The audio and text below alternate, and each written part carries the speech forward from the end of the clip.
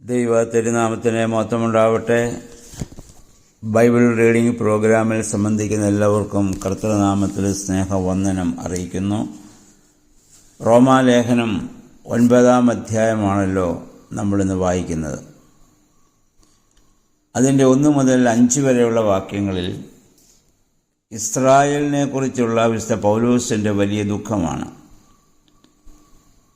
തൻ്റെ സഹോദരന്മാരെ പോലെ താൻ സ്നേഹിക്കുന്ന ഇസ്രായേല്യർ, അവർ മഹത്തായൊരു സമൂഹമാണ്. അവർക്ക് പുത്രസ്ഥാന മഹത്വമുള്ളവരാണ്. ദൈവവുമായി ഉടമ്പടിയിൽ ഏർപ്പെട്ടവരാണ്. ന്യായപ്രമാണവും വാഗ്ദാനങ്ങളും ആരാധനാക്രമങ്ങളും സമാഗമന കൂടാരവും ദൈവാലയവും ഒക്കെ ദൈവത്തിൽ നിന്ന് നേരിട്ട് പ്രാപിച്ചവരാണ്. പ്രസിദ്ധരായ പൂർവ്വപിതാക്കന്മാരാണ് അവർക്കുള്ളത്. ദൈവമായ മശിഹാ തമ്പുരാൻ ജഡത്തിൽ ജനിച്ചതും അവരിൽ നിന്നാണ്. അങ്ങനെയുള്ളവർക്ക് രക്ഷാമാർഗം ലഭിക്കുവാൻ തക്കവണ്ണം അവർക്ക് ഒരു കാരണമായി പ്രവർത്തിക്കുവാൻ താൻ ആഗ്രഹിക്കുന്നു എന്ന് പരിശുദ്ധാത്മാവിനെ സാക്ഷിയാക്കി പൗലോസ്ലീഹ ഇവിടെ പറയുന്നു. ഇതൊക്കെ പറയുമ്പോൾ നമ്മൾ നമ്മളെക്കുറിച്ച് കൂടി ചിന്തിക്കണം. നമ്മളും ദൈവത്താൽ വിളിക്കപ്പെട്ടവരും തിരഞ്ഞെടുക്കപ്പെട്ടവരും ക്രൈസ്തവ മാതാപിതാക്കളിൽ നിന്ന് ജനിക്കാൻ ഭാഗ്യം ലഭിച്ചവരും ക്രൈസ്തവ കുടുംബങ്ങളിൽ ജനിച്ചവരും ജനിച്ചപ്പോൾ മുതൽ ദൈവത്തിൻ്റെ ശബ്ദം വചനങ്ങളിലൂടെ കേൾക്കുന്നവരും ആരാധിക്കുന്നവരുമൊക്കെയാണ്. പക്ഷേ നമ്മുടെ പാരമ്പര്യങ്ങളിലൊക്കെ നമ്മൾ ഇങ്ങനെ മുഴുകി ജീവിക്കുന്നു എന്നുള്ളതല്ലാതെ യഥാർത്ഥത്തിൽ യേശുവിനെ മനസ്സിലാക്കുവാനോ അറിയുവാനോ അവനെ അനുഗമിക്കാനോ നമ്മൾ തയ്യാറാകുന്നുണ്ടോ എന്ന് നമ്മളും ചിന്തിക്കേണ്ടതാണ്. 6 മുതൽ 13 വരെയുള്ള വാക്യങ്ങളിൽ യഹൂദന്മാർ മാത്രമാണ് ദൈവത്തിൻ്റെ ജനമെന്ന അവരുടെ അവകാശവാദത്തെ പൗലോസ്ലീഹ ഇവിടെ ഖണ്ഡിക്കുകയാണ്. അദ്ദേഹം പറയുന്നു, ചില ആളുകൾ ദൈവത്തിൻ്റെ ആ വലിയ സ്നേഹത്തെ അല്ലെങ്കിൽ ആ തിരഞ്ഞെടുപ്പിനെ തിരസ്കരിച്ചു എന്നുകൊണ്ട് ദൈവവചനം ഒരിക്കലും പരാജയപ്പെടത്തില്ല. ദൈവത്തിൻ്റെ സ്വന്തം ജനമെന്ന് വിളിക്കപ്പെട്ടതുകൊണ്ടും മാത്രം അവർ ദൈവജനത്തിൻ്റെ ജനമാകത്തുമില്ല. അതിന് ഉദാഹരണം പറയുന്നു, അബ്രഹാമിൻ്റെ ജഡപ്രകാരമുള്ള മകനായ ഇസ്മായിലുണ്ട്, ഇസ്ഹാക്ക് ജനിച്ചതുപോലെ തന്നെ. എന്നാൽ ജനതയുടെ പിതാവായി ദൈവത്താൽ തിരഞ്ഞെടുക്കപ്പെട്ടത് ഇസ്ഹാക്കാണ്.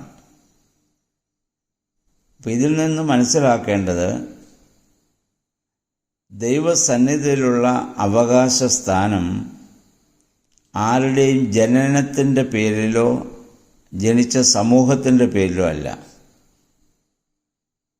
പ്രത്യുത ദൈവം തന്ന വാഗ്ദത്തത്തെയും തിരഞ്ഞെടുക്കലിനെയും ആശ്രയിച്ചാണ് ഇരിക്കുന്നത്. ആ വാഗ്ദാനം അവകാശമാക്കാനാണ് ഇസ്ഹാക്ക് ജാതനായത്. ഉദാഹരണമായി അദ്ദേഹം ഏശാവിൻ്റെയും യാക്കോവിൻ്റെയും ഒക്കെ കാര്യം പറയുന്നു. ഒരേ മാതാപിതാക്കളിൽ നിന്ന് ജനിച്ച ഇരട്ടകളാണവർ. അവരുടെ കാര്യത്തിൽ ജനിക്കുന്നതിന് മുൻപ് തന്നെ ദൈവം ഇവിടെ ഇസ്ഹാക്കിനെ അവിടെ തിരഞ്ഞെടുക്കുകയാണ്. അത് യാക്കോബിനെ. അത് ദൈവത്തിൻ്റെ അവകാശമാണ്. അതാണ് ഞാൻ യാക്കോബിനെ സ്നേഹിച്ചു എന്ന് പറയാൻ കാരണം. അപ്പോൾ ദൈവത്തിന് കരുണ തോന്നേണ്ടവനോട് കരുണ തോന്നുന്നു എന്നുള്ളതാണ് അതിന് കാരണം. ദൈവത്തിൻ്റെ തിരഞ്ഞെടുപ്പാണ്, ദൈവത്തിൻ്റെ അവകാശമാണ്. എന്തുകൊണ്ട് എന്നെ തിരഞ്ഞെടുത്തില്ല എന്ന് ചോദിക്കാൻ നമുക്കാർക്കും അവകാശമില്ല. അപ്പം അങ്ങനെ ദൈവം ഇനി 14 മുതൽ 18 വരെയുള്ള വാക്യങ്ങൾ നമ്മൾ വായിക്കുമ്പോൾ അങ്ങനെ ദൈവം സ്വന്തം ഇഷ്ടപ്രകാരം തിരഞ്ഞെടുക്കുന്നത് അനീതിയല്ലേ എന്ന് ചോദിക്കുന്നവരോട് പൗലോസ്ലീഹായ്ക്ക് ഉത്തരമുണ്ട്. അദ്ദേഹം പറയുന്നു, ദൈവം ചെയ്യുന്നതെല്ലാം നീതിയായിട്ട് തന്നെ ആണ്.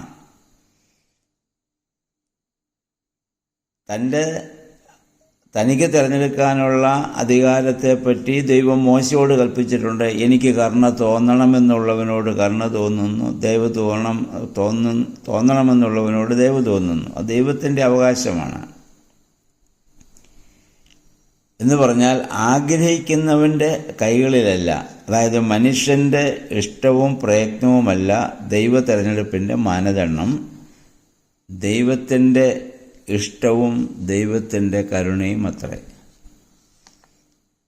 നമ്മൾ ജനിച്ചപ്പോൾ തന്നെ ക്രിസ്ത്യാനികളായി തീരാൻ സാധിച്ചുവെങ്കിൽ നമ്മുടെ ആരുടെയും പ്രവൃത്തി കണ്ടിട്ടോ നമ്മുടെ മാതാപിതാക്കൾ പ്രവൃത്തി കണ്ടിട്ടോ അല്ല, ദൈവത്തിൻ്റെ വലിയ തെരഞ്ഞെടുപ്പും കരുണയുമാണെന്ന് നമ്മൾ മനസ്സിലാക്കണം. പിന്നെ 17-ാം വാക്യത്തിൽ ദൈവം ഫറവോനോടുള്ള ദൈവത്തിൻ്റെ കൽപ്പനയാണ്. ദൈവം ഫറവോനെ ശിക്ഷിച്ചത് അവൻ ഇസ്രായേലിനല്ലാത്തത് കൊണ്ടല്ല, മിസ്രൈമിനായി ജനിച്ചത് കൊണ്ടല്ല. അവനിലൂടെ ദൈവശക്തി പ്രകടമാക്കാനാണ്. രാജാവിലൂടെ ദൈവശക്തി പ്രകടമാക്കുമ്പോൾ ആ രാജ്യം മുഴുവൻ അതറിയാൻ കാരണമായി തീരും. അപ്പോൾ ദൈവത്തിൻ്റെ സ്വന്തം ഇഷ്ടപ്രകാരം ദൈവം ദയ ചെയ്യുകയോ കാഠിന്യപ്പെടുത്തുകയോ ചെയ്യുന്നു. ചുരുക്കത്തിൽ പൗലോസ്ലീഹ ഇവിടെ പറയുന്നത് എൻ്റെ ആ രത്ന ചുരുക്കം എന്തെന്ന് ചോദിച്ചാൽ,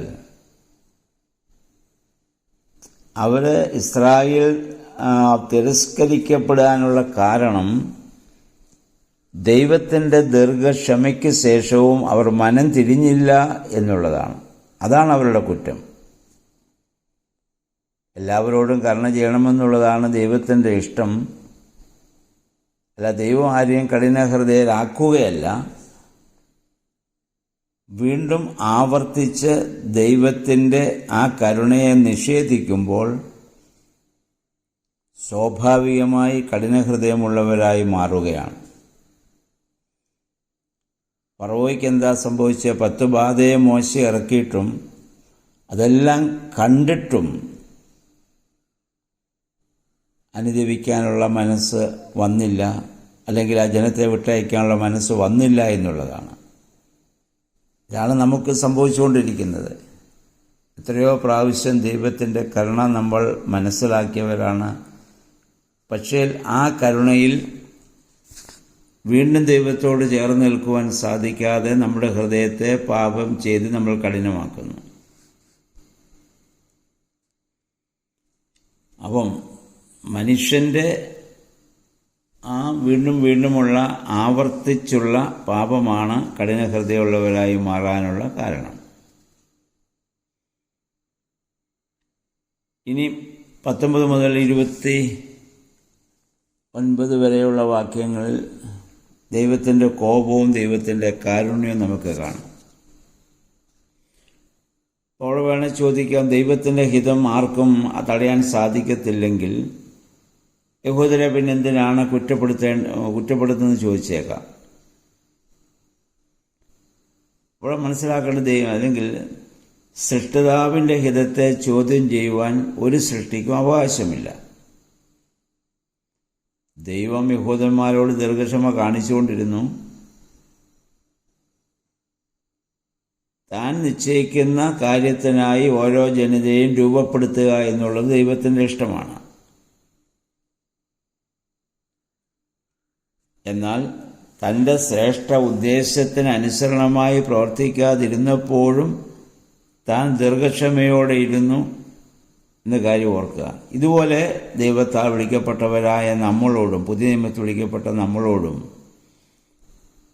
ദൈവം ദീർഘക്ഷമ കാണിക്കുകയാണ്. കർത്താവിൻ്റെ വരവ് എന്തുകൊണ്ട് താമസിക്കുന്നു എന്ന് ചോദിച്ച ആദ്യ ക്രൈസ്തവ സമൂഹത്തോട് പത്രോസ്ലീഹ പറഞ്ഞത് ഓർക്കുമല്ലോ, എല്ലാവരും മാനസാന്തരപ്പെടുവാൻ ദൈവം ദീർഘക്ഷമയോടെ കാത്തിരിക്കുന്നു, അതാണ് വരവ് താമസിക്കുന്നത്. എന്നാൽ ഈ ദൈവത്തിൻ്റെ വിളിയെ മനസ്സിലാക്കുവാൻ സ്വന്തം ജനമായ ഇസ്രായേൽ ജനം മനസ്സുവെക്കാതിരുന്നപ്പോൾ വിജാതികളത് പെട്ടെന്ന് കേൾക്കുകയും അതനുസരിക്കാൻ അവർ തയ്യാറാവുകയും ചെയ്തു. അതാണ് അവർക്ക് ലഭിച്ചതായ ശ്രേഷ്ഠത. ഇനി 30 മുതൽ 33 വരെയുള്ള വാക്യങ്ങളിൽ വിജാതിയർ, അങ്ങനെ ദൈവസന്നിധിയിലേക്ക് വരുന്ന വിജാതിയർ പ്രാപിച്ചതായ നീതിയെക്കുറിച്ചാണ്. ദൈവത്തിൽ നിന്നുള്ള സ്വീകരണം അല്ലെങ്കിൽ ആ വലിയ തെരഞ്ഞെടുപ്പ് മുന്നമേ ഇല്ലാതിരുന്ന വിജാതിയർക്ക് വിശ്വാസം മുഖാന്തരം വലിയ സ്വീകരണം ദൈവസന്നിധിയിൽ അവിടെ ലഭിക്കുകയാണ്. ന്യായപ്രമാണത്തിൻ്റെ ആചരണം കൊണ്ട് സ്വീകൃതരാകും എന്ന് ധരിച്ചിരുന്ന യഹൂദന്മാർ പരാജയപ്പെടുകയും ചെയ്തു. അപ്പോൾ ദൈവത്തിലുള്ള സജീവമായ വിശ്വാസത്തിനു പകരം ന്യായപ്രമാണ കർമ്മങ്ങളിൽ മാത്രം അവർ ശ്രദ്ധ കേന്ദ്രീകരിച്ചു. അങ്ങനെയാണ് മശിഹായെ അവരെ തിരസ്കരിക്കാൻ കാരണമായത്. നമ്മളും ഇന്ന് വാസ്തവത്തിൽ സഭയുടെ ആചാര അനുഷ്ഠാനങ്ങൾ കർമ്മപരമായി ചെയ്യുന്നുണ്ട്. എന്നാൽ യഥാർത്ഥത്തിൽ ദൈവത്തിലുള്ള വിശ്വാസമോ ദൈവത്തോടുള്ള സ്നേഹമോ നമുക്കുണ്ടായിട്ടുണ്ടോ എന്ന് ചിന്തിക്കുക. എല്ലാ കർമ്മങ്ങളും വിശ്വാസത്തിൻ്റെ പൂർണ്ണതയിലേക്ക് നമ്മളെ വഴി നടത്തേണ്ടതാണ്. ആ വിശ്വാസത്തിലേക്ക് കർമ്മങ്ങൾ നമ്മളെ നയിക്കുന്നില്ല എങ്കിൽ കർമ്മം വെറും ആചരണമായിട്ട് മാറും. പിന്നെ യെശയ്യാ പ്രവചനം 28:16 യഹോവ അവിശ്വാസികൾക്ക് ഇടർച്ചയുടെ പാറയായും 28:16 ദൈവത്തിൻ്റെ വാഗ്ദത്തത്തെ വിശ്വസിക്കുന്നവർക്ക് അടിസ്ഥാന പാറയായും ചിത്രീകരിച്ചിട്ടുണ്ട്.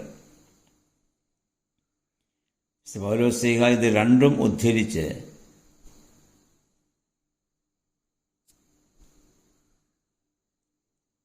ദൈവത്തിൽ വിശ്വസിക്കുവാൻ ആ ജനത്തെ ആഹ്വാനം ചെയ്യുകയാണ്.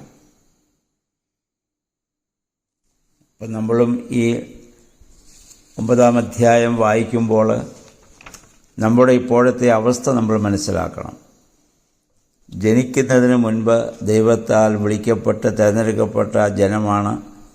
പൗലോസ്ലീഹ എഫെസ്യലേഖനത്തിൽ പറഞ്ഞത്, ലോകസ്ഥാപനത്തിന് മുൻപ് ക്രിസ്തുവിനാൽ നമ്മൾ വിളിക്കപ്പെട്ടവരും തിരഞ്ഞെടുക്കപ്പെട്ടവരുമാണ് ദൈവത്തിൻ്റെ ആ വലിയ കൃപയ്ക്കും മഹിമാധനത്തിനും പങ്കുവഹിക്കുവാൻ.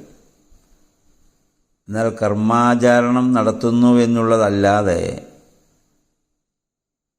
ദൈവവചനത്തിൻ്റെ ആന്തരികമായ ശക്തിയെ മനസ്സിലാക്കി ദൈവത്തിൽ വിശ്വസിക്കുവാനും അപ്രകാരം ജീവിതം നയിക്കുവാനും തയ്യാറായിട്ടുണ്ടോ എന്ന് ഓരോരുത്തരും ചിന്തിക്കുക.